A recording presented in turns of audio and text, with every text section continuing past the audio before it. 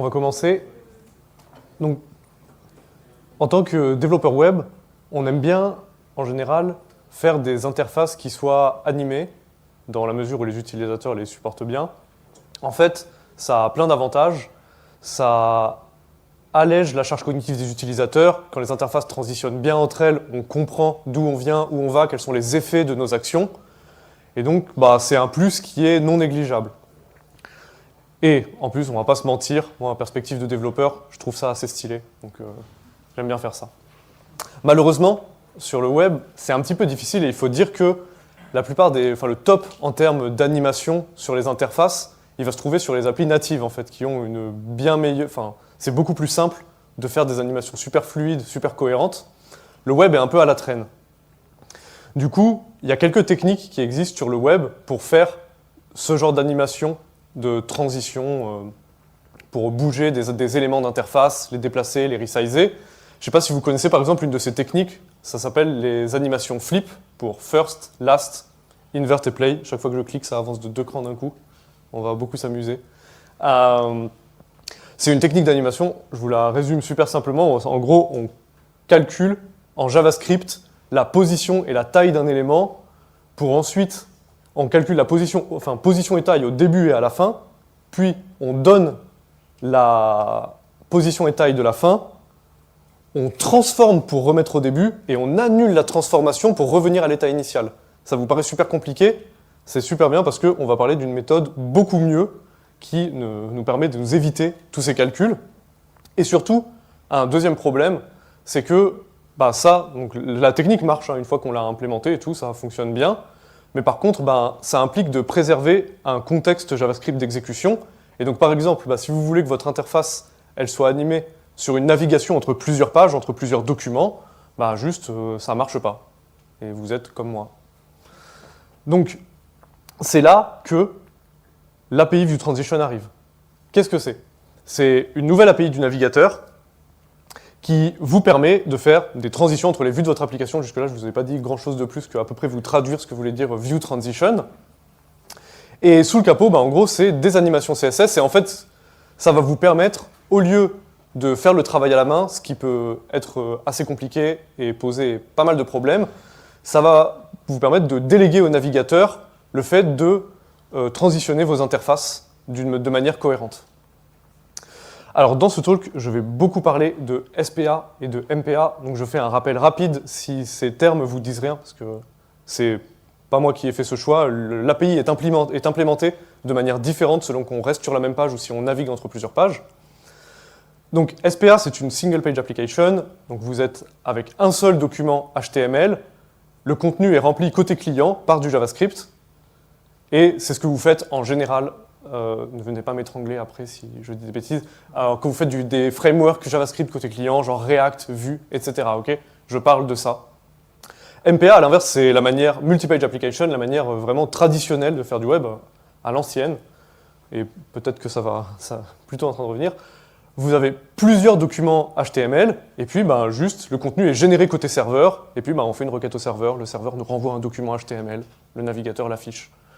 Donc ça, c'est ce que vous faites quand vous faites plein de frameworks, notamment là j'ai noté Express, Rails, ce genre de choses. Ok, bon bref, il y a tout un spectre entre ces deux choses, c'est une question beaucoup plus compliquée que ça, mais c'est juste pour que ça soit clair qu'il y a l'API dont je vais vous parler, elle fonctionne de 2 manières un petit peu différentes selon qu'on est dans un contexte où on reste dans le même document HTML ou dans un contexte où on change de document HTML avec une requête à un serveur.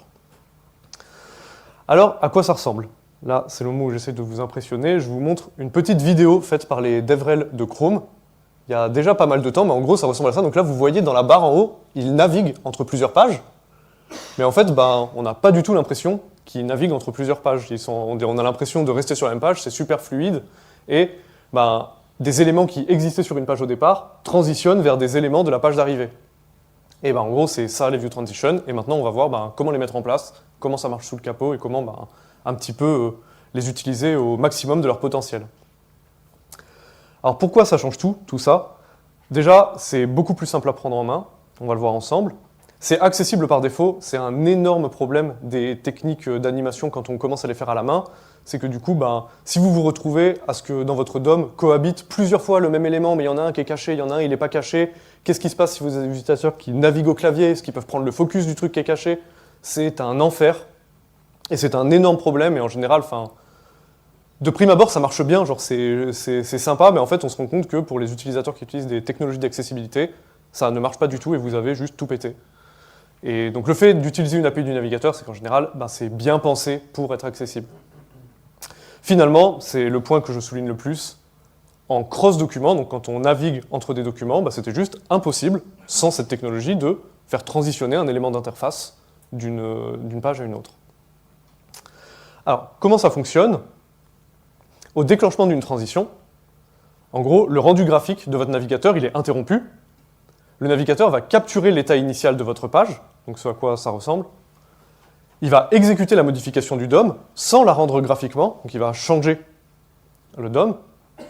Et ensuite, il va jouer par-dessus votre navigateur, en gros, une animation entre l'état initial et l'état actuel. Et ensuite, on peut définir nous-mêmes cette animation. C'est ça qui est intéressant.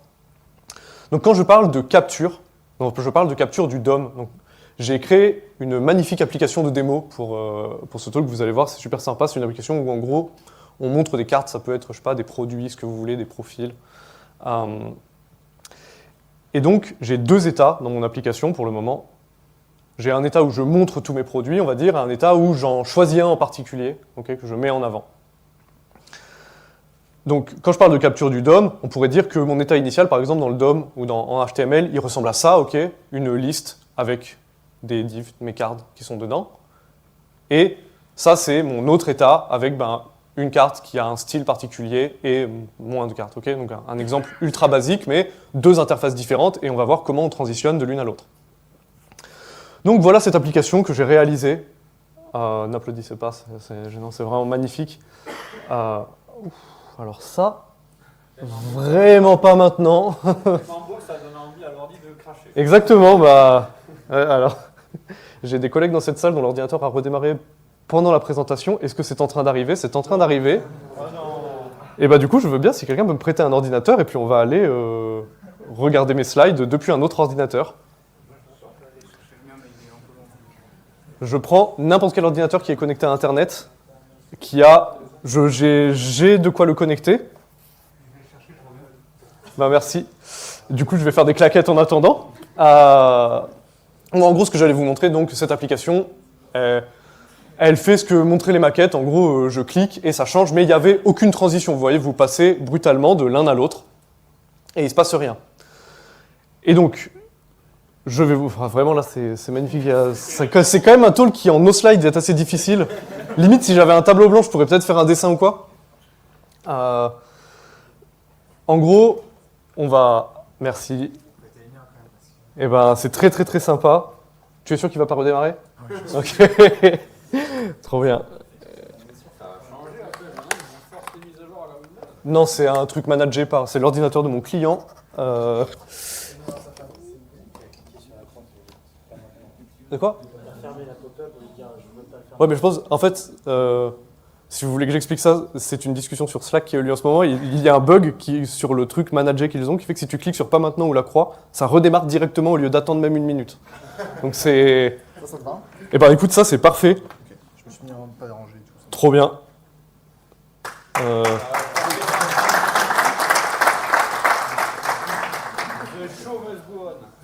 Donc là, je me connecte à Internet actuellement. Oui, on peut montrer ce que je suis en train de faire. Hop. Si tu veux te connecter, tu me dis quand tu veux. Vas-y, tu peux brancher, de toute manière, je ne fais... Vas-y. Alors, je suis en train de me connecter à Internet. Honnêtement, je ne prends plus rien pour acquis, là. On en est là, pour le moment. Les mecs de l'infra ont quand même vachement bien géré l'UX. Ouais.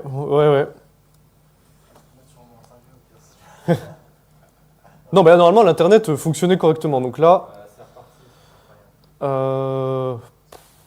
J'allais dire, il fallait que je retrouve mon repo. Vraiment, c'est un plaisir. Ouais. J'ai retenu blabla, ça va pas suffire. Je vous jure que le repo s'appelle pas comme ça. Ça, c'est moi. Talk View Transition. Je vous ai... Bon, c'est quand même un énorme exemple de pourquoi déployer ces slides, c'est quand même important. Désolé Étienne, merci beaucoup. Mais... Ok, on est de retour. Ça se met en place. On est reparti. Hop. L'anecdote est folle. Du coup, donc voilà, l'application, c'est ça. Donc en gros, ça fait ce que je veux, mon interface, elle change, mais il n'y a aucune transition. Ok, ça marche bien, je peux revenir à mon interface de base comme ça. Du coup, maintenant, on va... Donc, vous avez vu, pardon, il y a un truc important, c'est que c'est une SPA dans la fausse barre d'adresse que j'ai faite là, qui reflète la vraie barre d'adresse. On ne change pas de page, ok? On ne navigue pas, c'est juste côté client, l'interface change. Donc, comment on va utiliser la View Transition? Pour ça, c'est très simple, il y a une interface en JavaScript. En gros, il faut wrapper l'update du DOM. Donc après ça, selon les frameworks que vous utilisez ou si vous le faites à la main, en gros, c'est le moment où vous allez dire tu démontes tel élément, tu changes la classe de tel élément. Okay, et ça, il suffit de le wrapper dans une méthode de document qui est startViewTransition. Et quand on fait ça, on obtient ce crossfade qui est la transition de base. Donc on a déjà un résultat qui est OK. Et pour le moment, tout ce que j'ai fait, c'est juste de mettre mon changement d'interface, en gros la logique qui va changer mon interface dans ce startViewTransition. Et du coup, on a déjà quelque chose qui est un peu mieux. Et pour le coup, c'était vraiment pas compliqué. Mais bon, maintenant, on va vouloir peut-être faire un peu plus avec. L'idéal, c'est que les cartes, elles se mettent à bouger dans tous les sens. Et on va voir comment on fait ça. Donc quand vous déclenchez une View Transition, en fait, ce qui se passe dans votre navigateur, c'est qu'il va afficher un arbre de pseudo-éléments au sommet du DOM. Donc en gros, c'est pour ça que ça passe. En gros, c'est par-dessus le vrai DOM. On va voir cet arbre avec, en gros, l'ancien état qui va s'effacer et le nouvel état qui va apparaître. Donc en gros, je vais vous montrer ce qu'il y a dans cet arbre. Vous avez donc, un View Transition Group, root. On verra à quoi sert cette fonctionnalité. En fait, on peut avoir plusieurs groupes de View Transition pour faire des trucs un peu plus subtils. Pour le moment, j'ai rien dit de spécial, donc on a un seul groupe. Tout transitionne en même temps, tout mon écran. Et vous avez, pour chaque groupe, une paire d'images où vous allez avoir votre nouvel état et votre ancien état. Le fait qu'il y ait un pseudo-élément, enfin autant de pseudo-éléments, ça va vous permettre assez finement de venir appliquer des règles CSS à chacun de ces différents pseudo-éléments. Et du coup, vous allez pouvoir, par exemple, avoir une animation différente en sortie d'en entrée, ou faire des choses comme ça. Par exemple, c'est exactement ce que j'avais prévu dans cette slide. Vous pouvez donc, évidemment, là c'est juste du CSS, vu que vous avez une pseudo-classe, vous pouvez la sélectionner et personnaliser les animations. Donc là, j'ai changé mon crossfade en une transition shared axis, je pense. Je sais pas exactement les termes, on va voir ce que ça donne ensuite. Évidemment, puisque on est en CSS, vous pouvez faire des media queries, enfin pareil pour ce style. Donc ça veut dire déjà, un truc super important pour l'accessibilité, que vous pouvez annuler ou réduire vos view transition pour les utilisateurs qui ne les supportent pas, via la media query prefers reduce motion. Et de la même manière, un autre effet intéressant, pareil, basique des media queries, vous pouvez avoir une transition différente si vous êtes sur petit écran ou sur grand écran. Et du coup, en général, les petits écrans vont accepter des transitions beaucoup plus brutales, genre tout l'écran bouge d'un coup. Sur ordinateur de bureau, c'est beaucoup moins sympa ce genre de transition, donc vous pouvez avoir quelque chose de plus subtil sur grand écran, plus brutal sur un petit écran. Bref, vous faites ce que vous voulez après, hein, c'est du CSS, hein. Je ne l'ai pas inventé. Donc du coup, ma nouvelle transition, ça donne ça. Et donc bon, bref, on peut aimer ou pas cette nouvelle transition, mais bref, je vous ai montré comment on la customise. Mais il y a un truc intéressant que vous remarquez, c'est que du coup, mon header ici, quand je change, il transitionne aussi. Du coup, avant, il ne transitionnait pas pour une super raison, c'est qu'on avait un crossfade. L'état ancien, il s'effaçait et le nouvel état apparaissait, mais vu que le header était exactement le même, en fait, il était tout le temps visible. Mais du coup, ce qu'on voit ici, maintenant que j'ai customisé la transition, c'est qu'on fait vraiment tout l'écran qui est affecté par la transition. Donc il va falloir trouver un moyen de dire à mon navigateur, je veux peut-être que tu transitionnes certaines parties de mon interface, mais pas toute mon interface. Ça, on va pouvoir le faire grâce à la règle CSS ViewTransitionName, qui est la chose la plus importante quand on veut faire des view transitions. En gros, c'est celle qui va vous permettre de dire à votre navigateur, dans mon état initial et mon état final, tel élément est le même. Genre, en gros, ça va lui permettre de dire, genre, ce bout d'élément dans mon interface initiale, c'est mon header, ce bout d'élément dans mon interface finale, c'est mon header. Et du coup, il va les transitionner individuellement. Écoutez, si c'est que ça, je prends. Hein. Franchement, c'est genre 1% de ce qui est arrivé tout à l'heure. Donc pour ça, la règle, elle a une syntaxe super simple. Donc c'est view transition name. Et ensuite, le nom que vous mettez derrière, il est arbitraire. Là, j'ai mis header parce que c'est sémantiquement ce que c'est. Vous pouvez mettre absolument ce que vous voulez. Il faut juste que ça soit unique. Et je reviendrai là-dessus après. Donc là, j'ai juste rajouté cette indication que mon header, il reste en place. Et du coup, mon navigateur, il comprend que l'élément ne bouge pas, ne change pas du tout, donc il ne le transitionne pas. Et donc, je reviens à ma transition qui ne fonctionne que pour ce qui change. Du coup, on revient à ces view transition group. En fait, quand vous déclarez un view transition name, lors de la view transition, vous allez créer un nouveau view transition group. Et du coup, c'est comme ça que le navigateur va pouvoir dire tel groupe, rien ne se passe, ou tel groupe va bouger d'une manière, tel groupe d'une autre. Évidemment, vous, ensuite, en tant que développeur, ça vous offre la possibilité aussi de personnaliser les styles d'animation de chaque groupe individuellement. Donc il y a pas mal de flexibilité. La règle à respecter quand on utilise les view transition name, c'est un nom égale un élément. En gros, vous ne pouvez pas réutiliser le même nom pour plusieurs éléments, c'est vraiment un mapping un pour un entre l'état initial et l'état final. Vous pouvez pas, si j'avais genre 2 headers dans mon état initial, juste le navigateur dirait je comprends rien à ce que tu me dis, j'annule tout. Ça marche pas très bien du coup.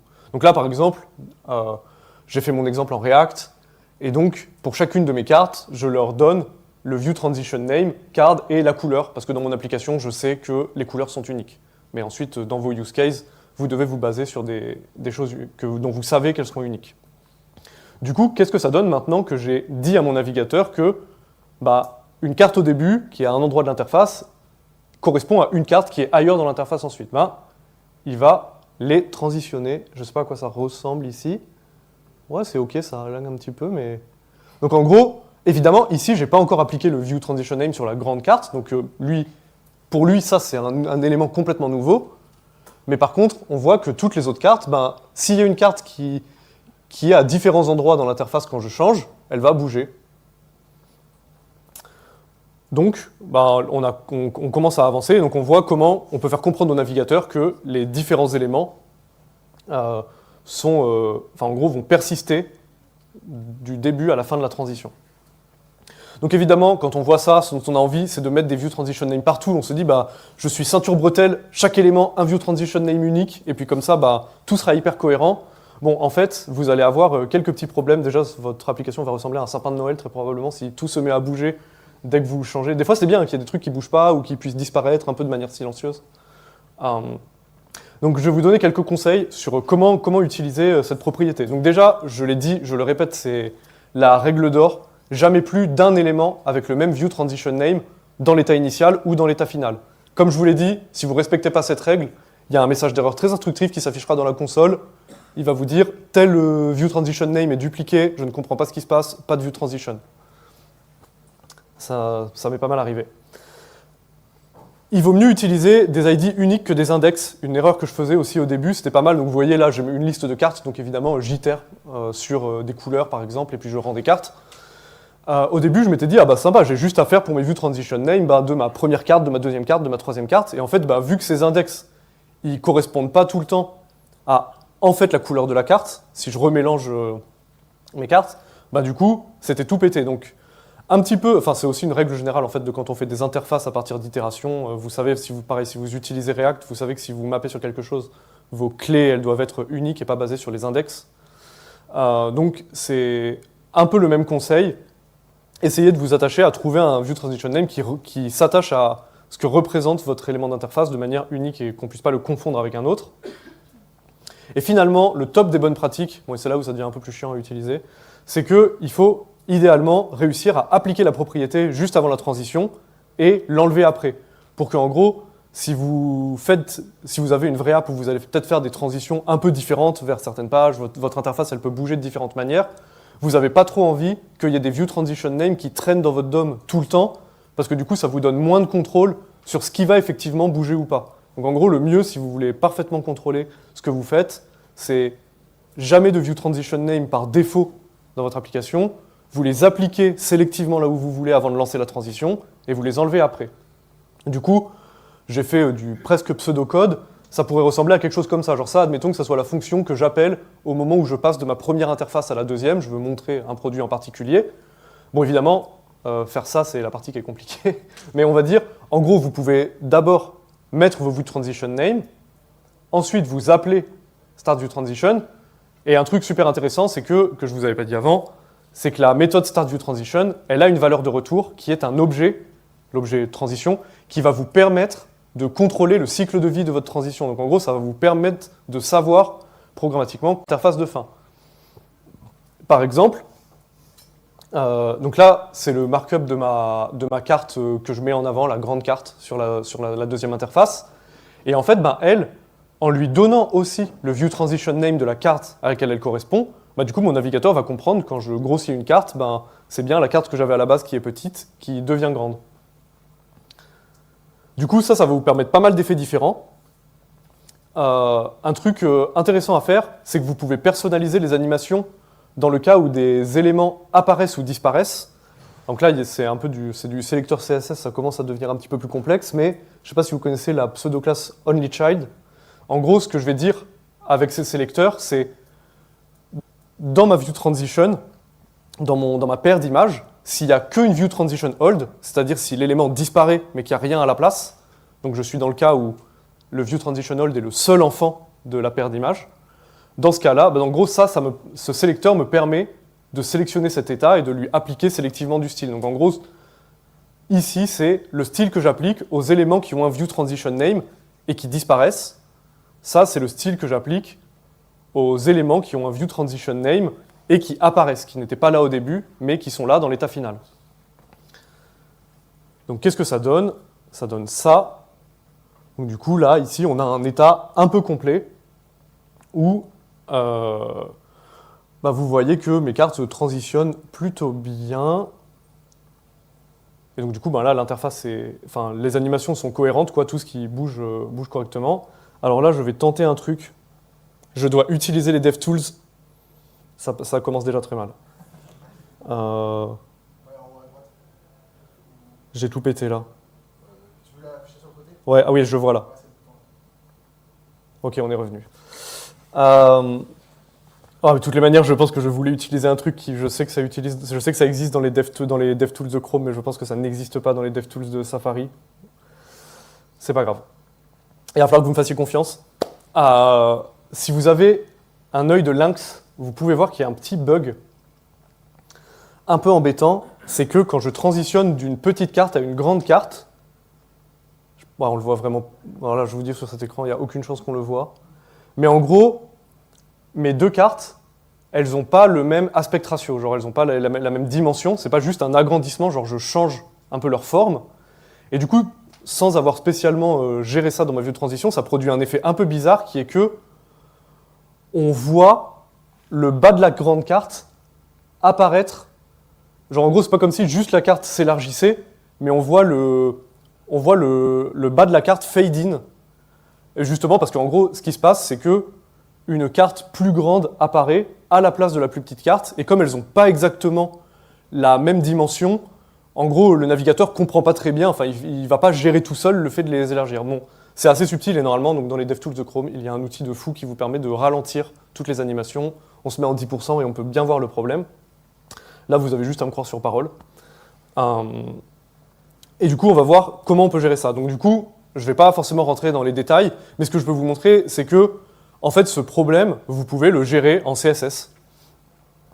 Donc ici, c'est juste un problème, en fait, de dire à votre navigateur, je veux que quand tu fais des view transition, je veux que tu positionnes les éléments d'une certaine manière. En gros, ça, c'est le code qui lui permet de dire, au lieu de superposer les deux et qu'il y en ait un qui apparaisse, je veux vraiment que mes deux view transition new et old fassent tout le temps la même taille, en gros de manière à ce qu'on les voit s'élargir, de synchroniser, et pas qu'il y en ait une qui soit superposée à l'autre.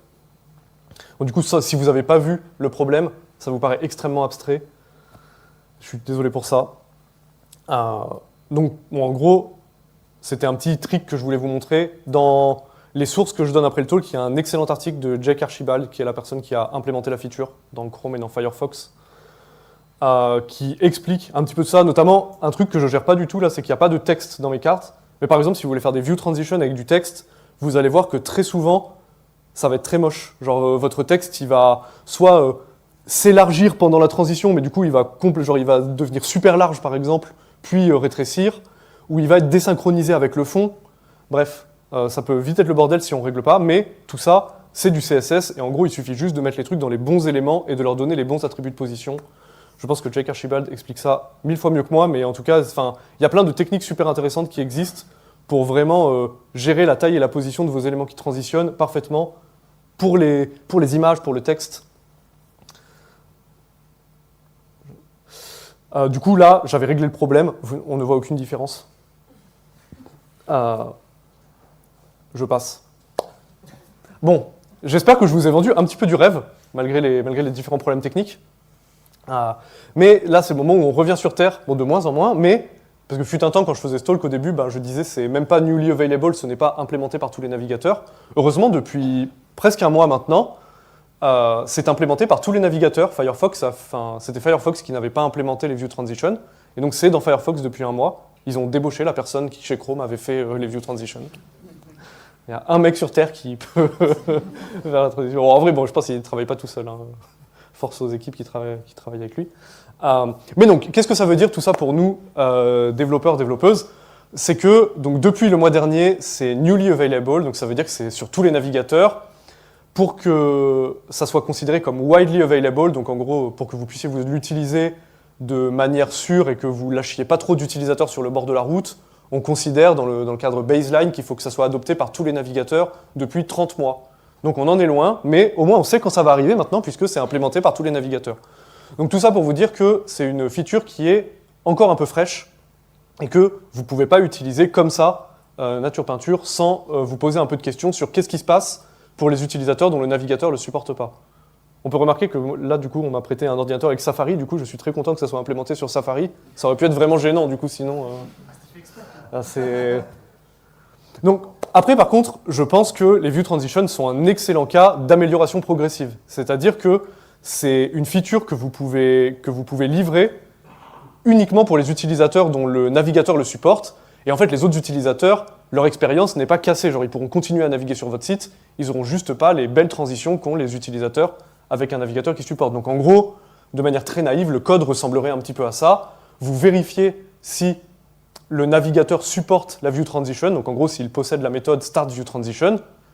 S'il ne le fait pas, vous lancez la... En gros, ce qu'il faut, pour que votre site ne soit pas cassé, c'est que peu importe si le navigateur supporte start view transition, il faut que la mise à jour du DOM soit faite. C'est tout en gros. Donc là, exemple de code où si le navigateur ne supporte pas, on fait juste l'update du DOM.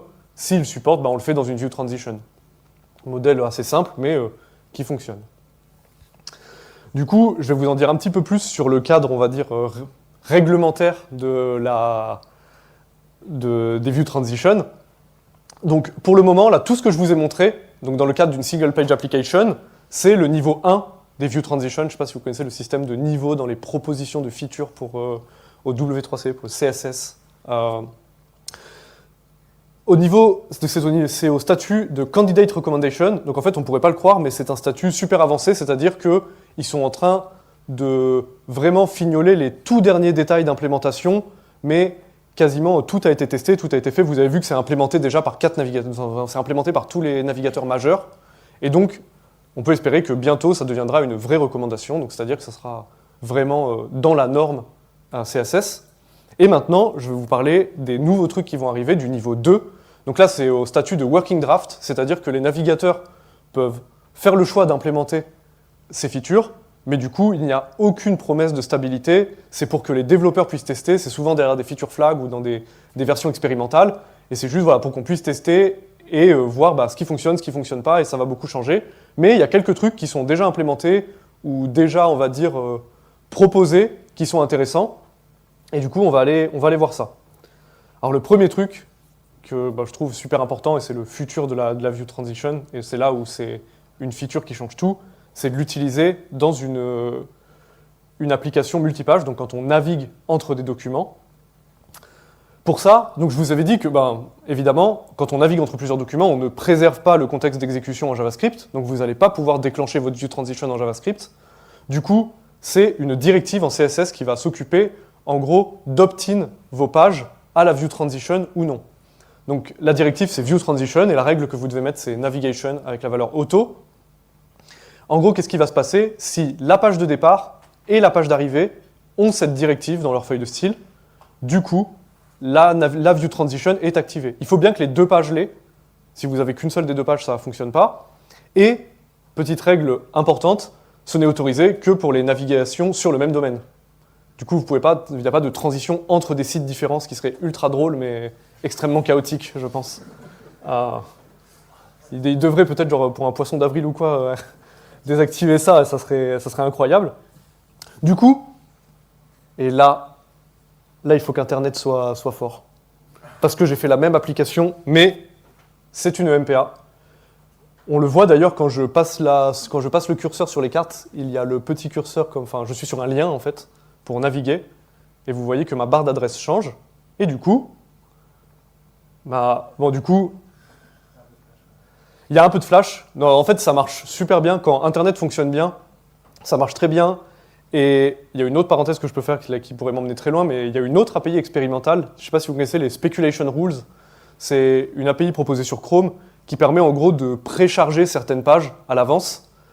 Ça peut aller de trucs super agressifs en mode dès que vous chargez un site, ça précharge toutes les autres pages. Mais par exemple, ça peut précharger des pages quand vous êtes au hover sur un lien.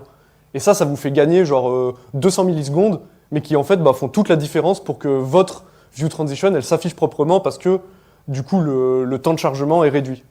Là, je ne l'ai pas mis en place, et du coup quand Internet fonctionne bien, ça fonctionne très bien. On va dire que le setup n'est pas idéal pour plusieurs raisons. Et du coup, par contre, c'est mis en cache, en effet. Donc, quand vous avez vu qu'à la première navigation, ça ne fonctionnait pas bien. J'avoue que le flash, je ne suis pas 100% sûr d'où ça vient.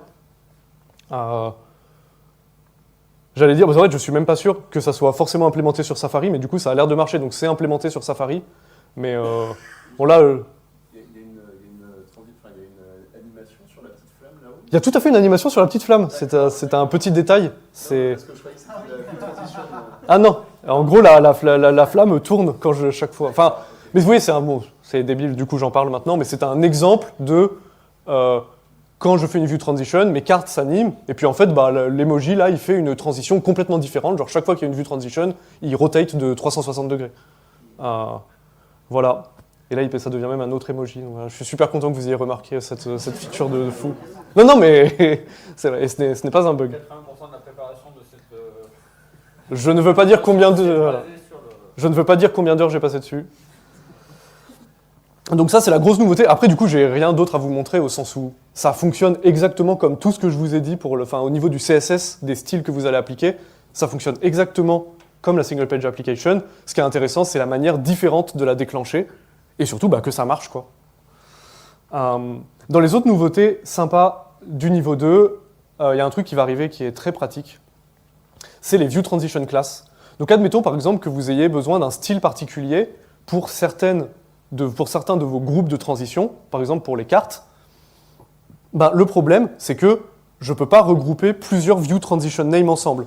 Donc en gros, par exemple, si je voulais mettre ce style arbitraire sur chacune de mes cartes, du coup, je dois trouver l'identifiant de View Transition Name de chacune de mes cartes, et je dois dupliquer le style à chaque fois.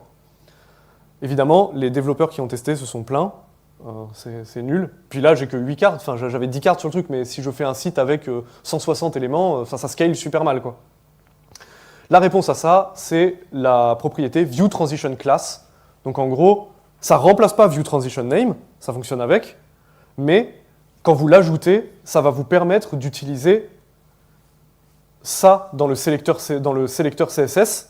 Et du coup, en gros, avec ce point card, ici, vous allez cibler tous les éléments qui ont la View Transition Card class, même s'ils ont des View Transition Name différents. Okay, donc en gros, ça vous permet d'appliquer des styles à plusieurs groupes de manière plus simple.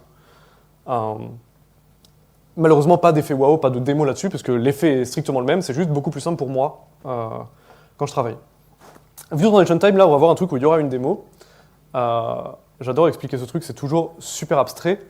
En gros, la notion de view transition type, c'est l'idée que vous allez pouvoir, quand vous lancez une view transition, dire à votre navigateur « je veux que ça soit une transition d'un certain type ». Et c'est-à-dire que du coup, vous pouvez avoir les mêmes éléments qui transitionnent, mais dans certains contextes, ils pourront transitionner d'une manière, et dans un autre contexte, ils pourront transitionner d'une autre manière. L'exemple parfait pour ça, c'est un exemple de pagination. Okay, imagine, je vais vous montrer la démo, je déteste expliquer ça comme ça, on reviendra après. Donc imaginez que j'ai ça, vous voyez là en bas, sur cet écran, le soleil s'est remis à briller, donc on voit pas très bien, mais du coup maintenant j'ai des pages, et donc j'ai une view transition qui fait qu'en gros ma page slide à gauche ou à droite selon que je vais dans le présent ou le passé, et ça, bah, c'est pas possible ou très difficilement possible sans les view transition types, parce que du coup, en fait, quand je passe de 2 à 3 ou de 3 à 2, c'est les mêmes éléments qui transitionnent. Mon navigateur, il peut pas savoir qu'il a besoin spécifiquement de transitionner vers la gauche ou vers la droite. Et du coup, la view transition type, ici, donc vous pouvez la préciser, elle vous permet de spécifier des types de transition dynamiques, on va dire. Okay, donc en gros, de dire, bah, dans tel contexte, je sais que je navigue vers une page suivante, donc tu vas slider vers la gauche. Je vais vers une page précédente, donc tu slides vers la droite. D'où le fait qu'ici, dans mon code, direction est une variable qui est dynamique. Du coup, ça, ce que ça vous permet, vous avez du coup une nouvelle pseudo-classe, ActiveViewTransitionType. Du coup, les types ne sont pas toujours actifs. C'est ça qui vous permet de les sélectionner.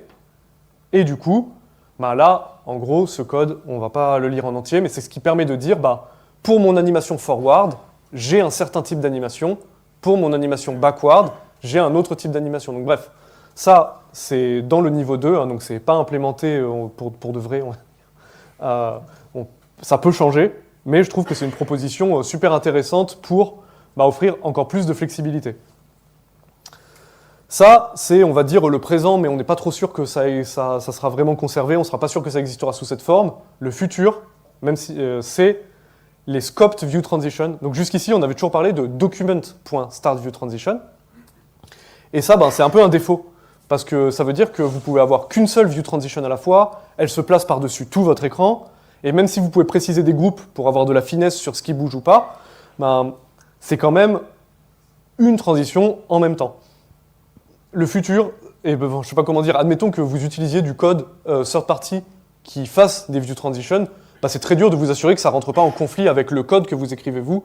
Qu'est-ce qui se passe si deux view transition veulent se lancer en même temps ça pourrait exploser, quoi. Donc le futur, c'est en gros de mettre la méthode startViewTransition plus sur le document, mais sur les éléments, pour qu'en gros vous puissiez lancer une view transition, scoper dans un élément, et du coup elle se met plus sur toute la page, mais l'arbre de pseudo-éléments que je vous ai montré, il se fait attacher à un élément, et plus à la racine de votre DOM.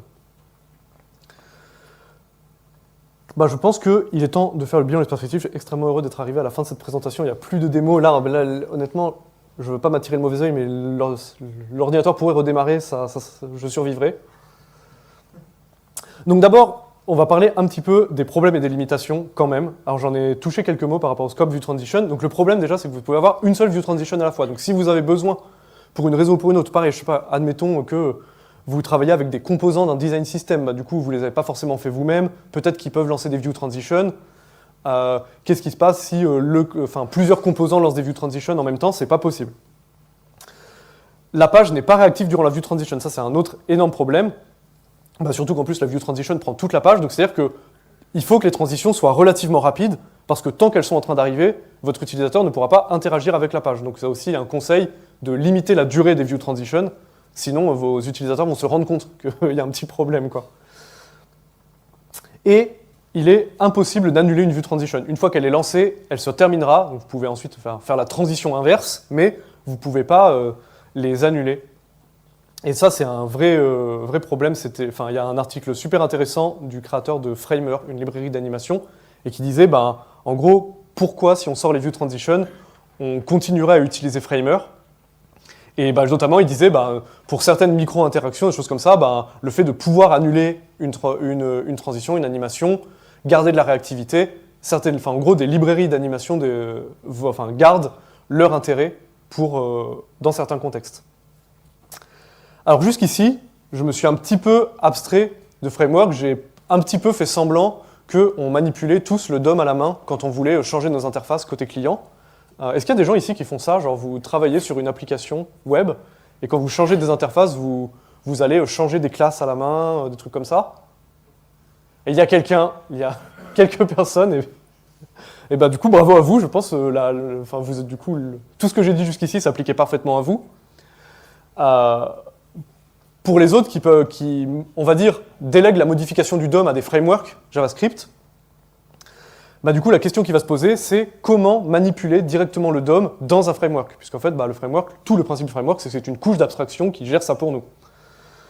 C'est un casse-tête, puisque du coup, souvent, ce qu'il va falloir faire, c'est réussir à appliquer les modifications de manière synchrone, alors que bah, nos frameworks, ils adorent dire « tu me dis que tu changes l'état de ton application, et puis moi, bah, je fais ma cuisine, je batch les choses ensemble, et à la fin, je te garantis que tu auras l'interface qu'il faut, mais au milieu, tu ne sais pas ce qui se passe. » L'exemple, par exemple en React, ça serait d'utiliser la fonction flushSync, qui est une sorte de code de triche en React, et qui va dire à React, tu arrêtes de faire ta cuisine, tu exécutes ce que je te dis d'exécuter, et après bah, tu reprends ton fil.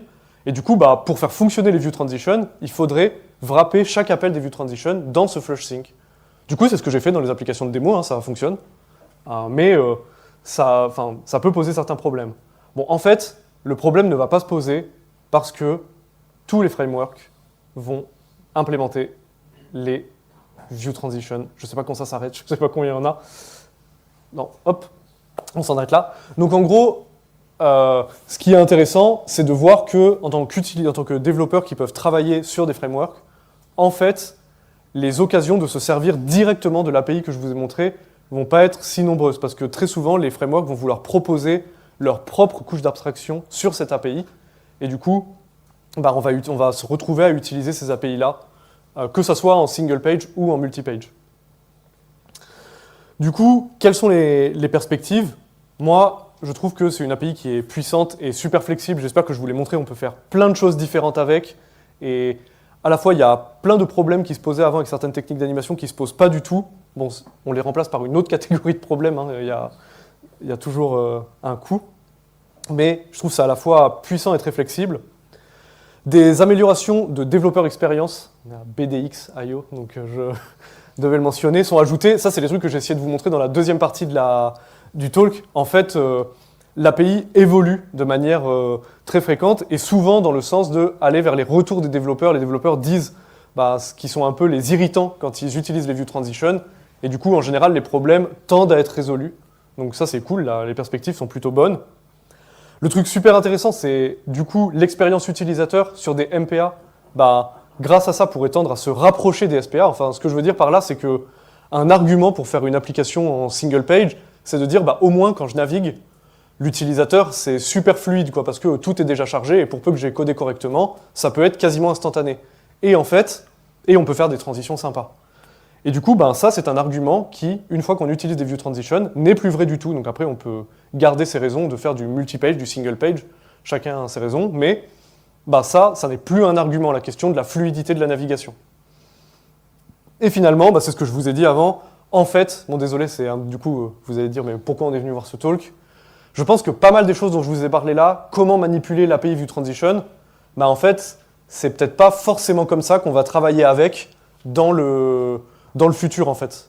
Assez probablement, on va travailler sur des composants view transition, ou activer des options de view transition dans les configurations de routeur pour que ça fonctionne. Néanmoins, j'espère que vous avez apprécié ça et puis que c'est toujours intéressant de comprendre comment ça fonctionne sous le capot, cette fonctionnalité qui, je pense, va vraiment changer la manière dont on développe des interfaces et on les fait transitionner.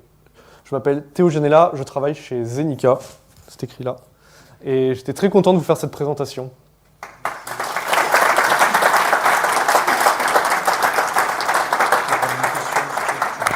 Ok, et je peux prendre une question. Là,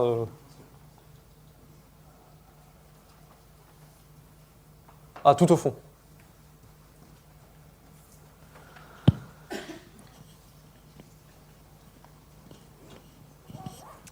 Ouais, Quand j'avais testé vite fait les view transitions, quand j'avais vu ça passer dans mes actus, là, il parlait d'une limite au nom de view transition name qu'on pouvait, enfin au nombre qu'on pouvait mettre sur la page avant que ça commence à ralentir, à galérer. Est-ce que tu as des infos là-dessus Eh ben, très bonne question. Je pense que ça a évolué au cours de l'implémentation parce que j'ai aussi vu des posts de blog ou quoi qui disaient peut-être au bout de 50, 100 view transition name, ça commence à ramer. Je n'ai pas réussi à reproduire, alors je ne suis pas monté dans des nombres super absurdes, mais je suis monté à plusieurs centaines et j'ai pas constaté ce problème. Alors du coup, source moi-même, mais et je n'ai pas non plus, enfin je sais pas comment dire, j'ai pas non plus vu de consensus autour de ça. J'ai vu des retours d'expérience. Donc je pense que c'est un truc à surveiller par contre en effet.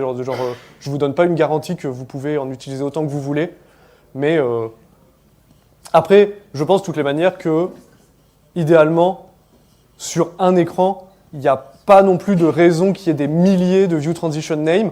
Il peut y en avoir sur une page, par exemple, si vous avez un espèce de scroll infini ou quelque chose comme ça.